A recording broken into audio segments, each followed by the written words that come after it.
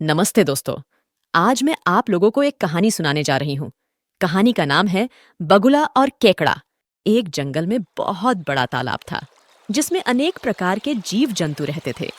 वहीं पर एक बूढ़ा बगुला भी रहता था जो अब इतना बूढ़ा हो चुका था कि उससे किसी मछली का शिकार नहीं हो सकता था। एक दिन तालाब के किनारे बैठा बूढ़ा बगुला रो रहा था।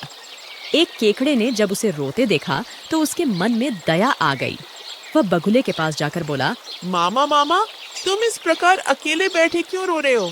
आज कुछ खा पी भी नहीं रहे। बेटा, तुम ठीक कह रहे हो। आज वास्तव में ही मैं बहुत दुखी हूँ। मेरा मन चाहता है कि मैं फूट फूट कर रोऊं, क्योंकि आज मैं अपने लिए नहीं, अपने सभी भाई बंधुओं के लिए रो रहा हूँ। ये आप क्या कह रहे हो मामा?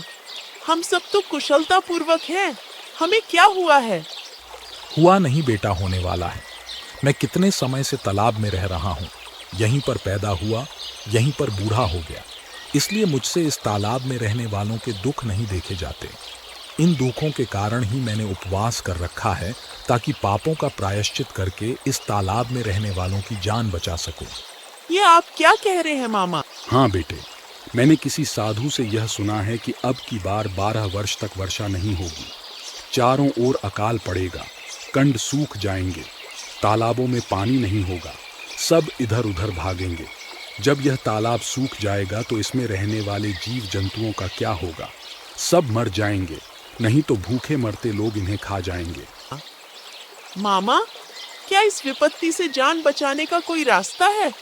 हाँ, इस तालाब से थोड़ी दूर एक बहुत बड़ा तालाब है जिसका पानी कभी नहीं सूखता।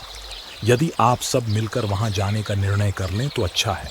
मेरा क्या है, मैं तो जब भी चाहूं जा सकता हूं। मगर हम लोग उस तालाब तक जाएंगे कैसे? हम सब तो पानी में ही तैर सकते हैं। तुम लोग चिंता न करो, मैं अपनी पीठ पर लाद लाद कर सबको उस तालाब तक पहुंचा दूंगा। आखिर मैं किस काम आऊंगा? केकड़े ने बगुले की बात सब लोगों को बता दी। अब तो सब के सब डर के मारे चिंतित हो उठे। उन्हें वहां से भाग जाने की जल्दी थी।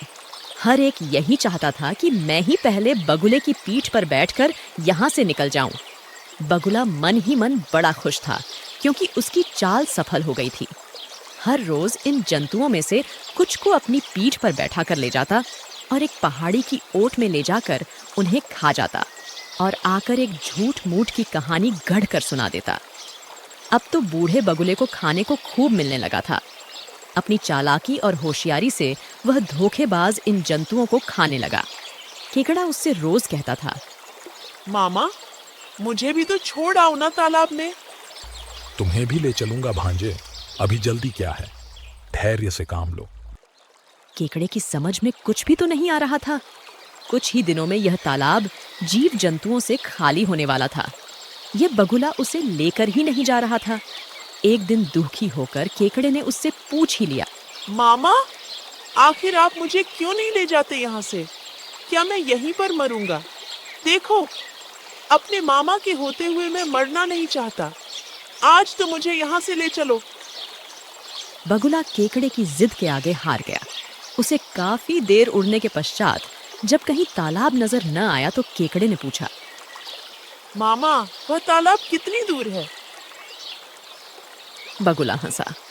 उसे पता था कि यह मंद बुद्धि जल का जीव इस पहाड़ी पर मेरा कुछ भी नहीं बिगाड़ सकता।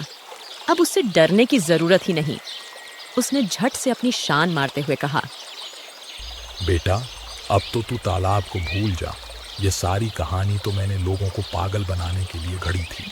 मैं तो अब केवल अपना शिकार करता हूँ। सीधे ढंग से जब मेरा पेट नहीं भरा तो मैंने उल्टे ढंग से पेट भरने का रास्ता निकाल लिया। केकड़ा समझ गया कि यह तो कपटी, बेईमान, धोखेबाज है। इसने इतने जंतुओं को तो पहले ही खा लिया, अब मुझे भी खा जाएगा। मौत सामने खड़ी देखकर केकड़े ने अपनी बुद्धि से काम लेना आरंभ किया। बस फिर क्या था, उसने अपने दोनों दांत पूरी ताकत से बगुले की गर्दन में गाड़ दिए। हाय, मैं मरा। यह कहते हुए बगुले के गले से अंतिम चीख निकली और वह धड़ाम से धरती पर आ गिरा। पापी बगुला तो उसी समय मर गया, परंतु केकड़ा वापस अपने तालाब में आ गया। उसने अपने साथियों को उस पापी बगुले की कहानी सुनाई तो बाकी बचे जीव जंतु केकड़े का धन्यवाद करने लगे। तो दोस्तों, इस कहानी से हमने ये सीखा पापी भले ही कितने झूठ बोले, कितने ही धोखे दे, किंतु पाप का भरा जीवन थोड़े दिन का ही होता है। दोस्तों, मुझे सपोर्ट करने के लिए इस वीडियो को लाइक करें और चैनल को सब्सक्राइब करें। Thank you.